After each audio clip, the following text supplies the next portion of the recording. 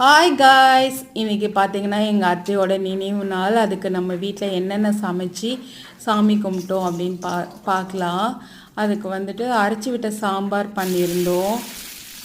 அதுக்கு எண்ணெய் ஊற்றி கடுகு போட்டுட்டு சின்ன வெங்காயம் போட்டு 2 வரமிளகாய் போட்டு தக்காளி போட்டு நல்லா வதக்கிட்டு இந்த சைடு தனியாக பருப்பு வேக வச்சு இதில் வெஜிடபிள்ஸ் எல்லாம் போட்டு நல்லா வதக்கிட்டு சாம்பார் தூள் போட்டுட்டு அதில் சின்ன வெங்காயம் கொஞ்சோண்டு தேங்காய் சீரகம் இதெல்லாம் போட்டு நல்லா அரைச்சி அதிலே ஊற்றிட்டு பருப்பில் போட்டு கொதிக்க விட்டு லாஸ்ட்டாக புளி தண்ணி கரைச்சி ஊற்றியாச்சு. இந்த சைடு ரெடியாகிட்டு இருந்தது. இந்த சைடு பார்த்திங்கன்னா பொரியலுக்கு வந்து கேபேஜு கேரட்டு பீன்ஸ் எல்லாம் போட்டு ஒரு பொரியல் பண்ணியிருந்தோம்.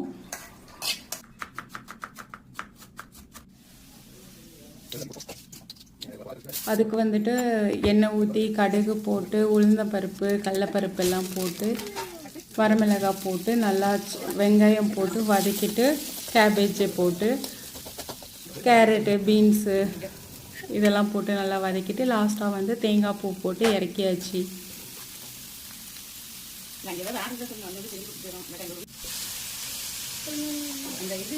இன்னொரு சைடு பார்த்திங்கன்னா எங்கள் அம்மா வந்துட்டு கச்சாயம் சுட்டுட்டு இருந்தாங்க. அதுக்கப்புறம் அப்பளம் வறுத்தோம்.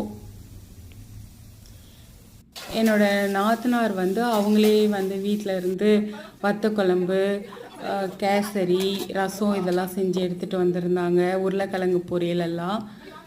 அப்புறம் வீட்டில் பாயாசம் பண்ணியிருந்தோம், வடை செஞ்சுருந்தோம். இதெல்லாம் ஃபைனலாக வச்சு சாமி கும்பிட்டாச்சு.